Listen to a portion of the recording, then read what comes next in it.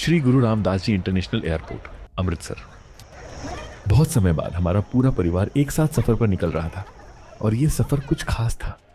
हमारी जिंदगी की पहली हवाई यात्रा, पहली बार उड़ने की तैयारी थी और दिल में बस एक ही सवाल, कैसा होगा ये अनुभव।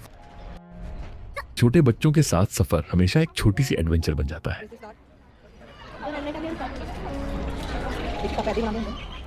थोड़ी ही देर में हमारी फ्लाइट की घोषणा हुई। टिकट चेक हुई, हम अंदर गए।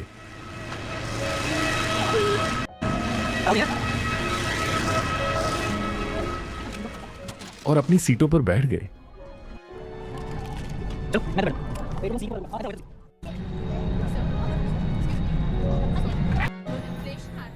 एयर होस्टेस सुरक्षा के नियम समझा रही थी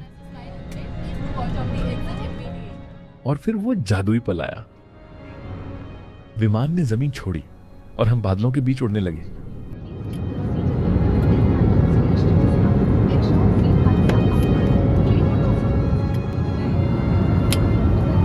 ध्यान दीजिए, समय पर रहना हम सभी के लिए महत्वपूर्ण है।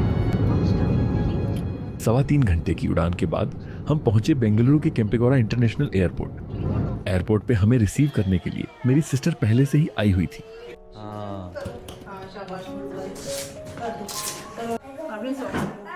अगले दिन सुबह असली रोड ट्रिप की शुरुआत होनी थी।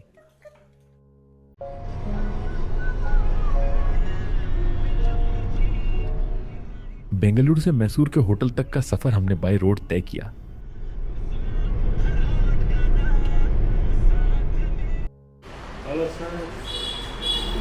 हेलो कर दो। लगभग 3 घंटे के सफर के बाद हम अपने बुक किए गए होटल पहुंचे।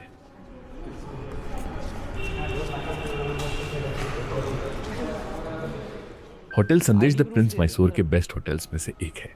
अगर आप होटल के बारे में और इसकी अमेनिटीज के बारे में डिटेल में जानना चाहते हैं तो ऊपर दिए गए लिंक पे क्लिक कीजिए।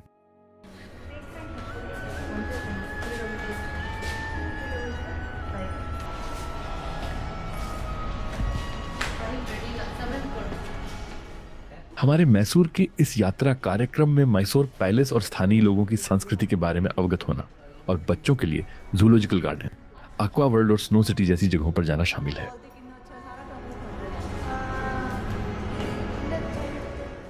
वैसे तो ये सब एक दिन में कवर किया जा सकता है, लेकिन बच्चों की वजह से हम इसको 2 दिन में कंप्लीट करेंगे।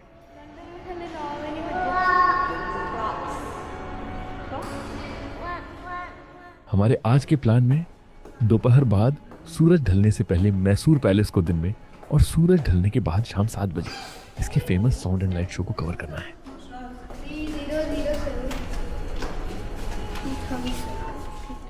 इस पूरे टूर का खर्चा, जगहों को विजिट करने का समय और बहुत सारी इंपॉर्टेंट जानकारी मैं एक अलग से वीडियो रिकॉर्ड करके आपकी सहूलियत के लिए पोस्ट करूंगा, जिसका लिंक ये वीडियो पोस्ट होने तक आपको डिस्क्रिप्शन में मिल जाएगा।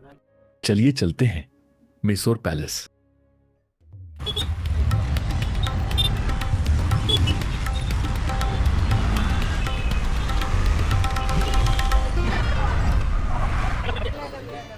मैसूर पैलेस। जब भी कोई मैसूर आता है उसकी यात्रा तब तक अधूरी रहती है जब तक वो इस भव्य महल को अपनी आंखों से न देख ले। मैसूर पैलेस का इतिहास वाडियार वंश से जुड़ा है, जिन्होंने लगभग 1399 ईस्वी में मैसूर राज्य की नींव रखी थी। उस समय यहाँ एक लकड़ी का महल बनाया गया था जो उस दौर के विजयनगर साम्राज्य के अधीन था। वर्षों के साथ इस लकड़ी के महल में कई बार बदलाव और विस्तार किए गए। वर्तमान महल का निर्माण 1897 में शुरू हुआ था, जब पुराने लकड़ी के महल में आग लग गई थी। और फिर ब्रिटिश आर्किटेक्ट हेनरी इरविन ने इस नए महल की रूपरेखा तैयार की, जिसका निर्माण 1912 में पूरा हुआ।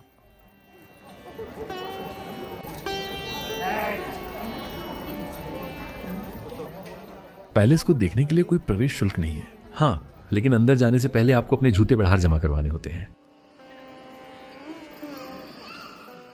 मैसूर पैलेस इंडो सरासेनिक शैली में बना है, जिसमें हिंदू, मुस्लिम, राजपूत और गोथिक वास्तुकला का सुंदर मेल देखने को मिलता है।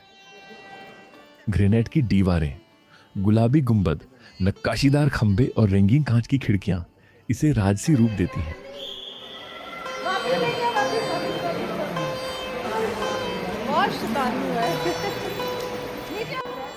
ये आभूषण जो आप देख रहे हैं हर साल मैसूर दशहरा उत्सव के दौरान जंबू सवारी में हाथियों को सजाने के लिए इस्तेमाल किए जाते हैं।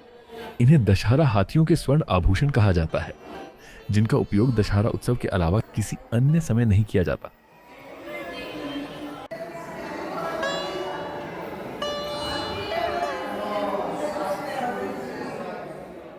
जैसे ही सूरज ढलता है मैसूर पैलेस का रूप एकदम बदल जाता है।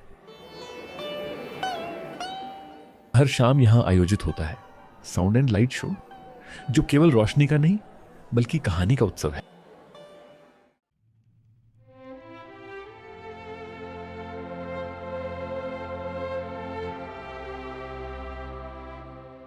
इस शो में आवाज, संगीत और प्रकाश के जरिए मैसूर साम्राज्य के 600 साल पुराने इतिहास को दर्शाया जाता है। जैसे जैसे कहानी आगे बढ़ती है रोशनी के रंग बदलते हैं। शो के अंत में जब पूरा महल 1 लाख बल्बों की रोशनी से जगमगाने लगता है तो वहां मौजूद हर व्यक्ति बस मंत्रमुग्ध रह जाता है।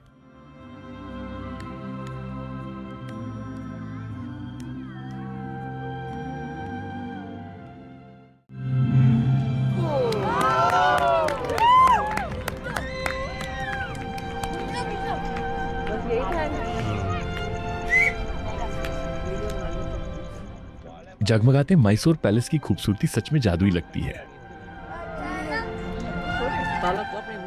बहुत से लोगों के मन में यह सवाल आता है, क्या टीपू सुल्तान ने कभी इस मैसूर पैलेस में निवास किया था?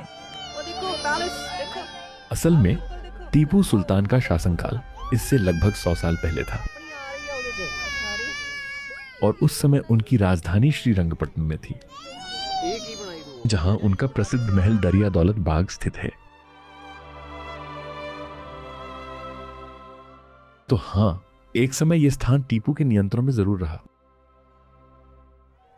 लेकिन उन्होंने इस महल का कभी उपयोग नहीं किया। उनका सारा प्रशासन और राजमहल श्रीरंगपट्टनम में ही था।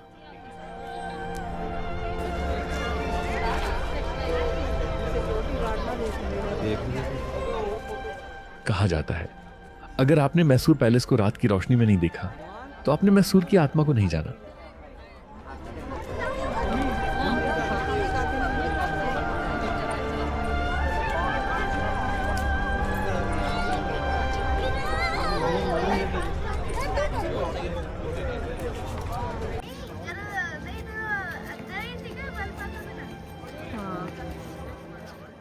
ये सिर्फ एक शो नहीं, एक एहसास है, इतिहास, रोशनी और गर्व का वो संगम जो हर दर्शक के दिल में अपनी छाप छोड़ जाता है।